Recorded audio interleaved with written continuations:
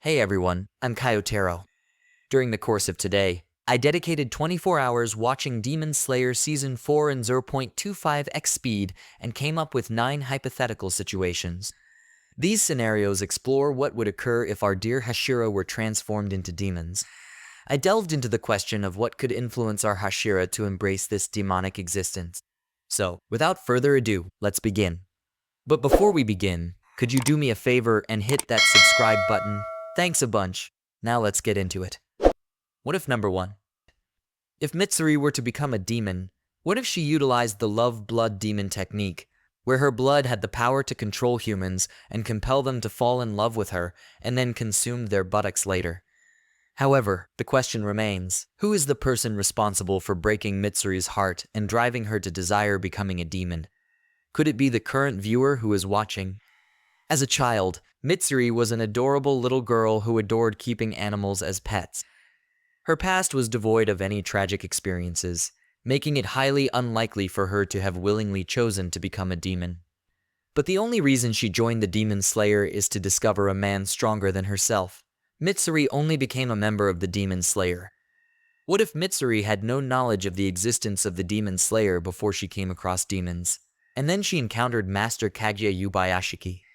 It's possible that she may have developed feelings for one of the demons, and they could have deceived her into becoming a demon themselves, as they were attracted to her exceptional strength and well-defined muscles. It happened to be Akaza who was the fortunate demon that Mitsuri fell in love with. Why did Mitsuri fall in love with Akaza instead of Dama or kokushibo? While Dama would have quickly devoured her and kokushibo wouldn't have bothered with her, Akaza had a deep respect for women and would never harm a human. Perhaps Akaza fell in love with Mitsuri because she reminded him of his late wife when she was alive. Akaza could have asked Mitsuri to be his girlfriend, pretending to be a human and displaying his respectful nature towards women. Mitsuri, seeing his strength and respectful demeanor, could have developed feelings for him as well, leading to a secret nighttime romance between the two. After realizing that Mitsuri would eventually grow old and die, Akaza pleaded with Muzan to turn her into a demon, even without her knowledge or consent. As the Upper Moon 3, Akaza had been of great assistance to Muzan, so Muzan broke his oath and transformed Mitsuri into a demon, erasing her memories except for those involving Akaza. Akaza then trained her extensively, elevating her to the position of Upper Moon 4 and demoting Gyutaro and Daki to Lower Moon 1. Mitsuri possessed incredible strength, which, combined with her training from a 1,000-year-old martial artist, made her a formidable demon just one rank below Akaza. Muzan, unimpressed with Enmu's abilities, would have eliminated him and assigned the Mujin train mission to Gyutaro and Daki, as he trusted Gyutaro to carry out the task efficiently. Given that both Akaza and Gyutaro had already slain more than 39 Hashira, Muzan saw them as capable adversaries. However, he had no idea that Gyutaro and Daki were no match for Rengoku. These 3 demon slayers and little demon Nezuko would also be of no challenge to him. In the event of this happening, the incident in the entertainment district would never occur. Tengen might believe that the demon was frightened of him and fled. However, do you recall Daki's hole? Inside it, there are numerous people. If Daki were to be killed, all the people confined in her hole would be set free. Sadly, they would suffer from hunger and resort to cannibalism similar to demons. Moreover, it was pitch black down there. It remains unclear how Inosuke was able to see anything when he arrived. Consequently, the incident in the entertainment district would be avoided. However, since no Upper Moon died this time, the Swordsmith village would undergo a significant transformation. The Swordsmith village was in danger as Muzan had the means to attack it at any time. Instead of sending both Upper Moons to destroy the village, Muzan had another plan. He intended to deploy Akaza and Dama to target weaker Hashiras without the intention of killing them. Their main objective would be to damage the Hashira's swords. Afterwards, Muzan would send other Upper Moons along with Demon Mitsuri to completely demolish the Swordsmith village. This meant that only Tokito and Kenya remained in the village, as Mitsuri was now a demon and Tanjiro's sword was unaffected. It was apparent that the fate of the Swordsmiths and Demon Slayer Corps was sealed. Number 2. What would happen if Tomioka became a demon? What would happen? If Tomioka became a demon, he would use demon art that involved water and blood. As a demon, Tomioka's water can poison women and cause them to have swollen stomachs for up to 9 months. However, is it possible for our boy Tomioka to willingly become a demon? Both his sister and his friend Sabito were killed by a demon. In order to show respect and motivate himself for revenge, Tomioka wore half of their haori. There is only one reason that could potentially change Tomioka's mind about becoming a demon, and it doesn't involve Muzan but Miss Tamio. You see, Tomioka was saved by his friend Sabito, who slapped him because he was acting foolish. But what would happen if this time, it was Miss Tamio who found him? She would ask him if he still wanted to live, even if he became a demon. The only reason he would say yes is because he wants to avenge his sister and murder all the demons. Even though Mommy Tamo spent 200 years transforming Yushiro into a demon, how could she turn Kiyu into a demon so quickly? Even if it took her 200 years, it wouldn't last long if she had Nezuko's blood. Nezuko's blood would transform Kiyu into a demon faster than Miss Tamio's blood. However, you might ask who would save Tanjiro if there was no Kiyu. Well, saving Tanjiro's family was a mission, so Master Kaguya might have sent another Hashira to Tanjiro's house. And that Hashira would be none other than Shinobu. Even though Shinobu was brutal, she wouldn't kill without talking. She would try to determine if Demon Nezuko could be friends with humans, just like her sister always wanted. In the original story, Shinobu would soon be surprised when Nezuko protected Tanjiro. As a result, Shinobu would decide to send them to her mentor to receive training and become Hashira. Kind-hearted as she was, one of Shinobu's mentors would offer to help Tanjiro specifically, and he would become the stone Hashira. This time, Tanjiro would train with Genya, and they would become best friends, practicing the stone breathing technique.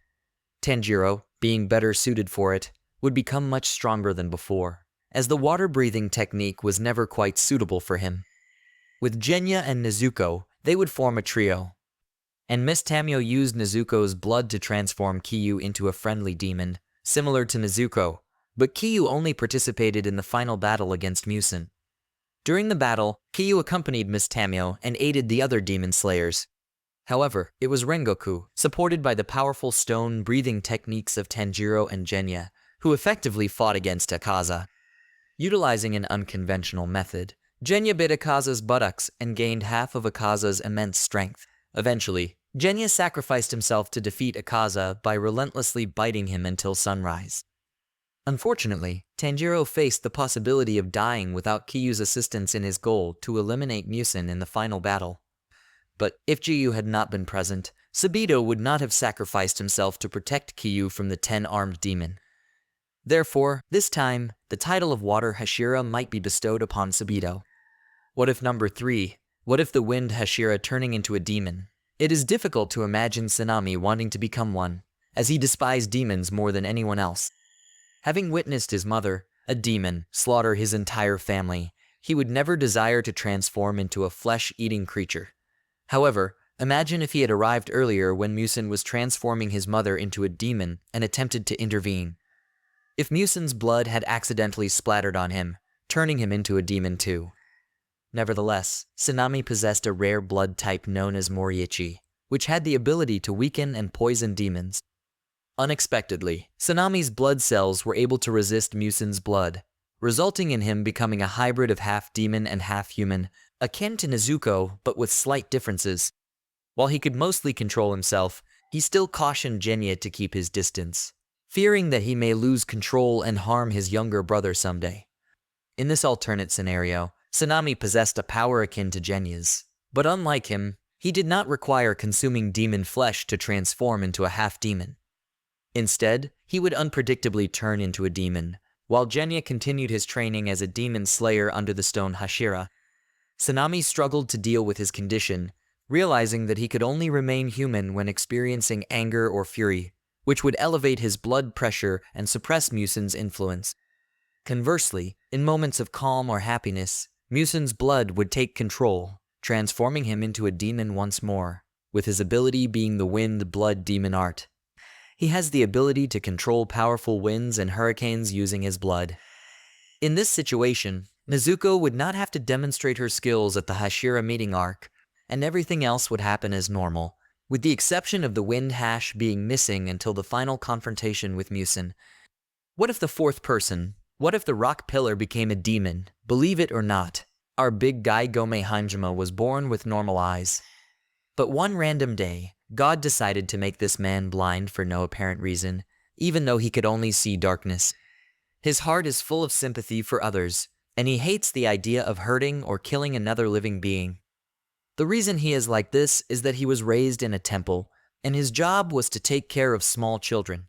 Who in their right mind thought it was a good idea to allow a blind man to look after small children? The origin story of how he became a Hashira was that one of the children he looked after made a deal with a demon and allowed the demon to enter the temple to devour all the children. During that time, Gyomei realized his own strength and battled the demon until the break of dawn. However, when the townspeople arrived, they falsely accused Gyomei of being the one responsible for the deaths of the children. It's intriguing to think about how the story might have unfolded differently. What if the townspeople had actually captured Gyomei and imprisoned him, or even worse, what if they had branded him as a child-eating monster, bound his limbs, and cast him into a river? If that had occurred, numerous alternate possibilities could have arisen. If I were in his shoes, I certainly wouldn't accept such a fate. He would start to harbor a deep resentment towards adult humans because despite his efforts to assist them, they attempted to harm a visually impaired man and perceived him as a monstrous being. Sensing his growing hatred, Muzan would approach him with a proposition.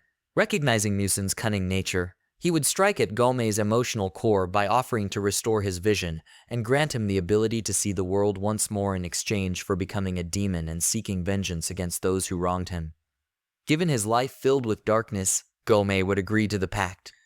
As a demon, he would adopt a gruesome habit of consuming people's eyeballs, leaving them to live in darkness as he desires them to understand his suffering. Utilizing the stone blood demon art, Gyomei would manipulate blood to create stone and unleash earthquakes as a means of wreaking havoc.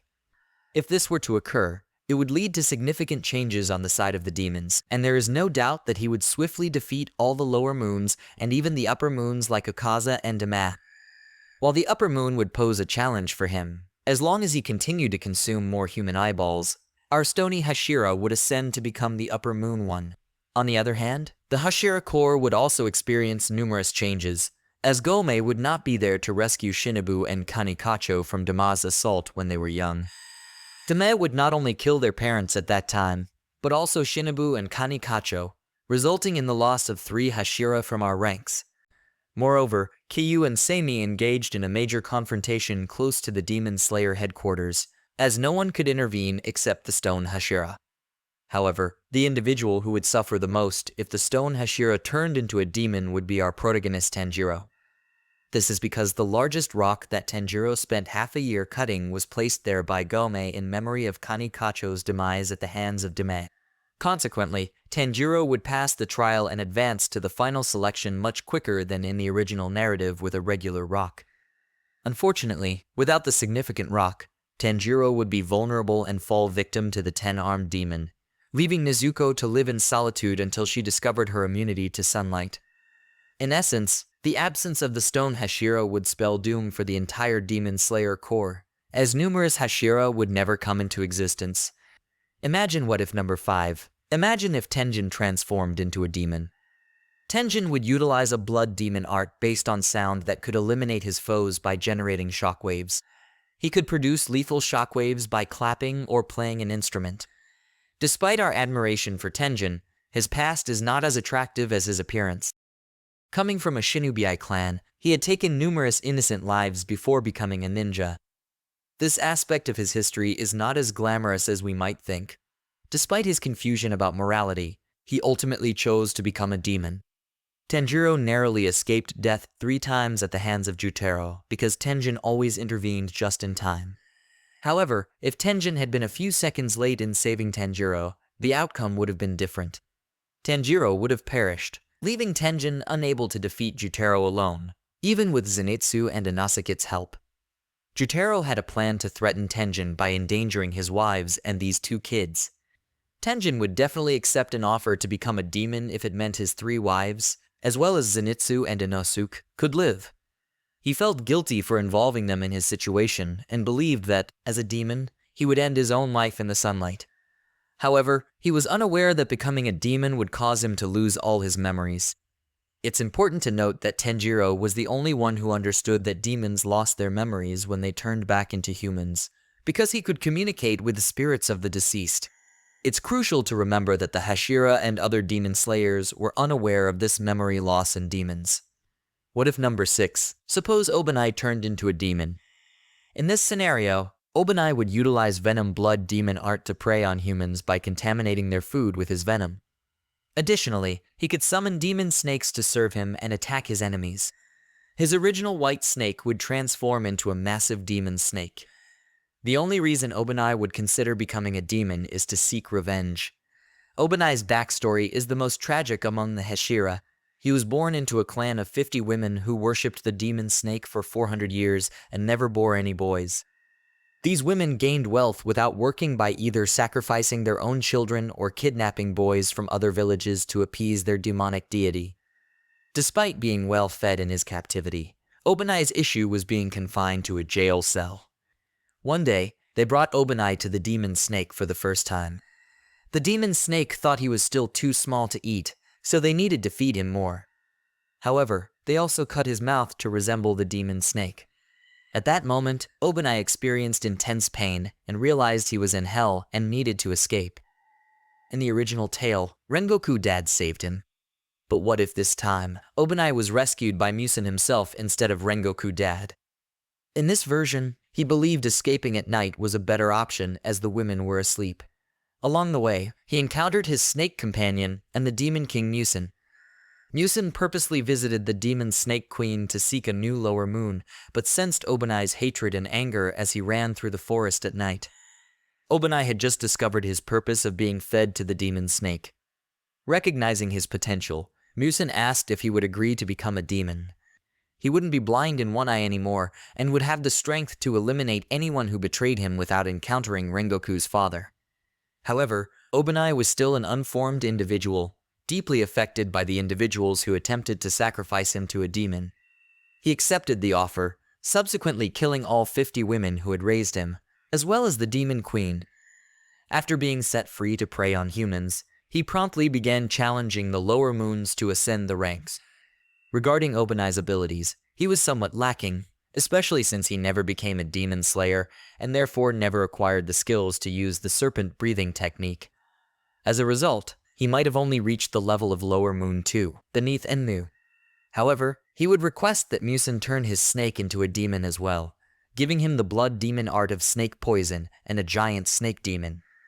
If this scenario had unfolded, Mitsuri would never have found her ideal partner, and Shinobu would have been appointed to the position of Hashira while her sister was still alive. Imagine what if number 7, what if Rengoku were to turn into a demon, utilizing the flame blood demon art? It would be incredibly dangerous if a demon had the ability to control flames. There is no way Rengoku, our flame-wielding character, would ever agree to become a demon like Akaza. Rengoku had a difficult father, but fortunately, he had a wise mother who provided him with valuable advice. However, what if his mother passed away before Rengoku could fully comprehend her words? If she had died a few years earlier due to complications from giving birth to his younger brother, Rengoku would not harbor any animosity towards demons. His father, burdened by the loss of both his wife and son, would resort to heavy drinking. Rengoku would not have learned the importance of protecting the weak, as he never had the opportunity to be a big brother. Instead, he would have used his strength to bully other children in the town. The reason Rengoku joined the Demon Slayer Corps was because no one in his town could match him in combat, prompting him to seek out a new challenge that his father often spoke about. Within the Demon Slayer Corps, there were numerous skilled and powerful swordsmen. Little did he realize that the stone Hashira would defeat him and humble him. Despite this, due to Rengoku's pride, he refused to back down. He was determined to grow stronger and eventually surpass the stone Hashira. He maintained his kindness towards Tanjiro, as he admired Nezuko's strength and her ability to resist consuming humans. A voice in his head suggested that if he could control his demon side like Nezuko, he would be powerful enough to defeat the stone Hashira and become the strongest. When Tanjiro defeated Enmu, Rengoku mocked him, questioning how a lower moon demon could be defeated by two seemingly ordinary kids. This made him doubt the true strength of demons. However, his perspective shifted when Akaza appeared, showcasing his immense power. Rengoku realized he was outmatched and offered to become a demon himself, on the condition that Akaza spared Tanjiro and his companion. This decision came after Rengoku encountered Muzan. Even Muzan was impressed by Rengoku's strength and wanted him to join as a new lower moon. Akaza, a good friend, warned Rengoku that becoming a demon would make him forget his human life. Rengoku made a deal with Muzan to keep his memories so he could remember his mission to fight the stone Hashira. Muzan agreed, but injected a lot of blood into Rengoku to ensure he would still consume humans. Akaza's plan failed when Rengoku challenged the Upper Moons and only lost to Dama and Kokushibo, becoming the new Upper Moon 3 with flame as his blood demon art. His fire could burn humans and heal demons, unlike Nezuko's flame. After that, Muzan planned to extract the location of the swordsmith village from Rengoku himself. He intended to send Rengoku to annihilate the village. Since Rengoku still retained memories of being a Hashira, he would spare the villagers. Rengoku's only previous visit to the village was when another Hashira went there to acquire a new weapon. Rengoku would eliminate the other Hashira and set the swordsmith village ablaze, yet spare the villagers. This would significantly weaken the Hashira core. However, Rengoku was left purposeless after this, until his father manipulated him into targeting Muzan, who had become the strongest after discovering that Nezuko could walk in the sunlight. Rengoku would eventually implore Tanjiro to allow him to consume Nezuko in order to become stronger than Muzan, enabling him to defeat the Demon King and revert all demons back to humans. Despite Tanjiro's initial refusal, time passed and everyone matured. Tanjiro, nearing 25 years old, witnessed Hashiras perishing one by one while the demon population increased rapidly and grew more powerful. To put an end to this suffering, Nezuko decided to sacrifice herself to Rengoku so he could eliminate the Demon King and heal everyone. As a result, Rengoku emerged as the most powerful individual on the planet. However, at what cost? Witnessing Rengoku fulfill his promise and cure demons, Tanjiro regretted not heeding Rengoku's advice earlier to prevent the deaths of his friends and Hashiras in their efforts to protect his sister. What if number 8, Muichiro Tokito, turned into a demon? It is highly unlikely that Muichiro would ever become a demon, as he witnessed his brother being killed by one right in front of him. This happened because his brother carelessly left the door open while sleeping, allowing the demon to smell his feet and attack him. Despite this tragic event, there is a possibility that Muichiro's mindset could change if he were to start consuming human flesh. The twins, Muichiro and Yushiro, had contrasting personalities. Muichiro was kind and altruistic, while Yushiro harbored resentment towards their parents and despised the idea of helping others. After his mother passed away from an illness, Muichiro would be willing to accept any opportunity to avoid sickness and live forever. The only person he trusted enough to make such a deal was his ancestor, Kokushibo, also known as Mishikatsu in his human form.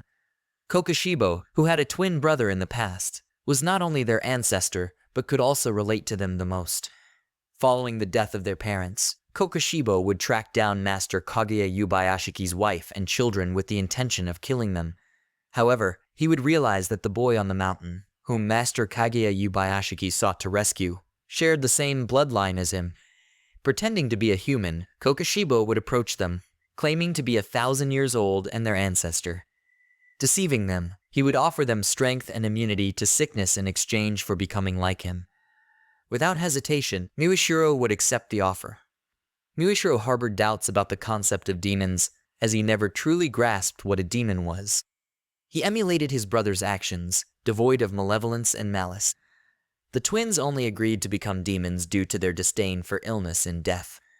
Similar to Daki and Jutaro, they would possess the power of mist blood demon art, enabling them to manipulate mist and the surrounding atmosphere to confront and locate their adversaries and humans.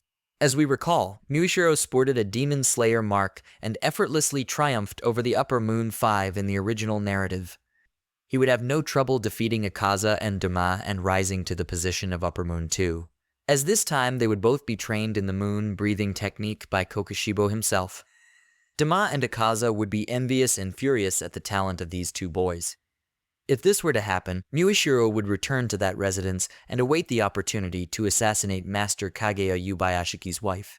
If this scenario were to unfold, the only son of Master Kaguya Yubayashiki, with his black hair, would also meet his demise, leaving the leader of the Demon Slayer Corps without a successor. Imagine what if number 9. What if the character Shinobu turned into a demon, but convincing her to do that would be really tough. This is because she despises demons since her parents and sister were killed by one. Her backstory is that she was born into the flower-breathing clan, and one day, Gyomei killed her parents. If it wasn't for Gyomei saving them in time, they would have been killed too. Since then, both of them trained to become Hashira at the Butterfly Mansion. But what if Gyomei killed her parents and Kocho when Shinobu wasn't home? When she returned, she would have found her whole family dead, just like Tanjiro did. Gyomei then approached her and informed her that intruders had ransacked her home, resulting in the deaths of her entire family. He urged her to harbor hatred towards them and seek revenge. He proposed taking her to join his cult. He clarified that the reason he hadn't harmed her earlier was because she was too small. He revealed that he preferred to lure in beautiful women to join his cult and then consume them later. However, after spending many years with Shinobu, he developed feelings and grew attached to her, and only her. Gyomei admitted that he didn't want to kill Inosuke's mother. He was afraid that Shinobu would eventually discover that he was also a demon. He pleaded with Muzan to transform Shinobu into a demon like himself so that she could be with him forever. After becoming a demon, she would forget about her human life and her family. Little did she know, her sister Kocho was not dead. She was rescued by the stone Hashira from the pool of blood and trained as a demon slayer. In this version, Kocho would not appear as happy and energetic as in the original story because she believed that her sister Shinobu might have been killed or eaten by a demon when she was young. As a demon, Shinobu would possess enough power to rank as a lower moon 1 and would be sent to the Muzan train to battle Rengoku. In this version, there would be no Enmu, or perhaps Enmu would be killed by Muzan because Shinobu was now Muzan's favorite lower moon demon and was much stronger than Enmu for some reason. Tanjiro and Inosuke were unable to defeat the demon on their own. Despite the foul stench of Muzan's blood, Tanjiro's keen sense of smell allowed him to detect Kocho's scent emanating from the demon. He planned to inform Rengoku that this demon may be connected to Kocho. When Rengoku inquired about Kocho, Shinobu would have a sudden recollection and reveal that Akaza was tailing the train. Believing that Akaza was trailing behind the train, Rengoku would devise a plan to rescue Shinobu by slowing down the train, prompting everyone to disembark safely in the nearby town. Akaza would foolishly follow the empty train. If this scenario unfolded, Shinobu and Kocho would be reunited, albeit under the condition that Shinobu would have to confine Kocho to a cell due to her consumption of innocent people, unlike Nezuko. They would then seek a method to restore her to a state where she no longer consumes humans, similar to what was done for Nezuko. That concludes today's video. Thank you for watching, and I kindly request your subscription. I look forward to seeing you in the next video.